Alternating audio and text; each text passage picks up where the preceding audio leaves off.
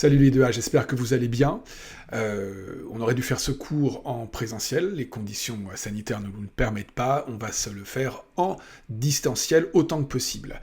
Alors plusieurs parties dans ce cours, la première partie c'est vous présenter Géoportail, son histoire, son fonctionnement, et puis après je vais vous laisser vous débrouiller avec le cours que je vous ai préparé et qui est en ligne sur It's Learning, et puis il y a des activités à faire. Ces activités, je vous demande de les faire cette semaine, si vous n'avez pas fini, rendez-les-moi au retour des vacances. Cette fois encore, nous serons malheureusement encore en distanciel.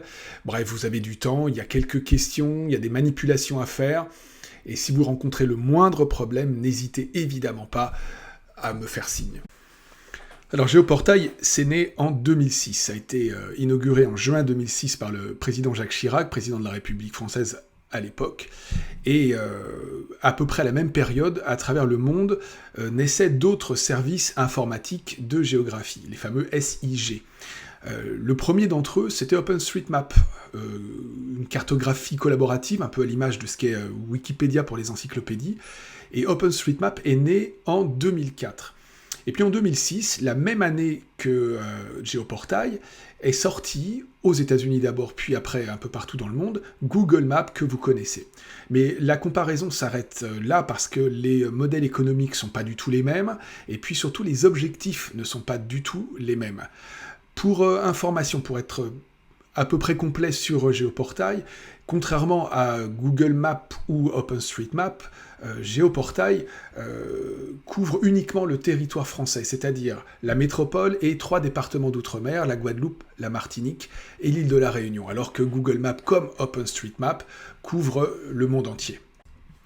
Voilà, je vais vous faire voir maintenant comment on manipule Géoportail. Vous allez voir qu'il y a 2 secteurs dans l'interface, c'est les fonds de carte, il y en a beaucoup, et vous allez avoir sur la droite tous les outils. Alors on va faire une petite transition qui va être super moche dans un premier temps, voilà. Lorsque vous vous connectez pour la première fois à Géoportail, vous avez ce petit pop-up propre au reconfinement et à la limite des 10 km. Vous pouvez parfaitement cliquer sur OK pour le supprimer, on y reviendra plus tard à ces 10 km, ce qu'on appelle une ISO-distance. Mais pour le moment, regardons tous les fonds de carte disponibles. Sur la gauche de l'interface, j'ai cliqué sur Carte, et puis je clique maintenant sur Voir tous les fonds de carte, et celui qui nous intéresse d'abord, dans un premier temps, à la fois parce que c'est le plus simple d'accès, et à la fois parce que c'est à partir de celui-là que vous allez travailler sur les activités que je vous propose de faire, c'est celui-là, les cartes IGN classiques. Je vous laisserai volontiers du temps en classe pour voir tout le reste. Vous le faites chez vous à la maison si le cœur vous en dit. Donc je clique sur les cartes IGN classiques et arrive sous vos yeux ébahis la France. En tout cas, là, c'est la dernière visualisation que j'en avais faite sur mon ordinateur. Sur la droite, vous avez les outils. Regardez la petite clé à molette qui est ici. Lorsque j'ouvre ce menu, vous avez des outils principaux. On va s'en servir, vous allez vous en servir pour calculer un itinéraire, mais vous allez d'abord vous servir des outils de mesure, que sont celui qui permet de mesurer une distance et de mesurer une surface. Puis après, comment établir un profil altimétrique lors d'une randonnée dans les Hautes-Pyrénées. Prenons un exemple très simple, je veux mesurer une distance entre, Besançon et Nantes. Alors c'est pas difficile, j'ai cliqué ici, je regarde où est Besançon sur ma carte, je clique une première fois, je tire un trait à vol d'oiseau et j'arrive sur Nantes.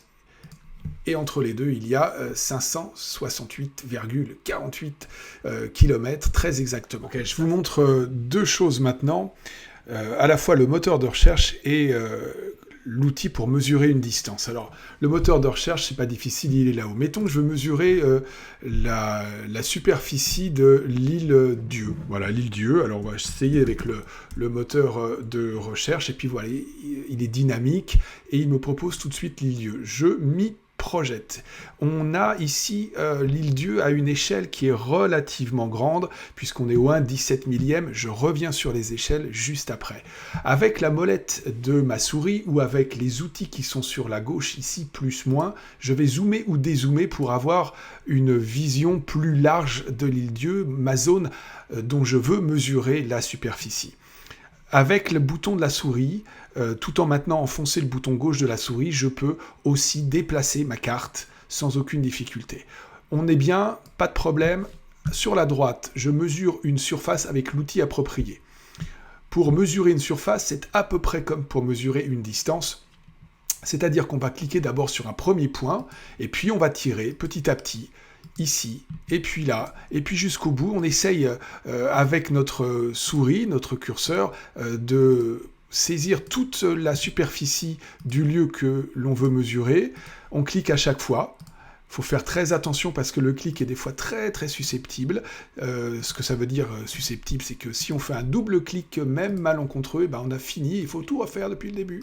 Voilà, moi j'ai fini à peu près ma superficie de l'île Dieu et on voit qu'elle fait près de 26 km².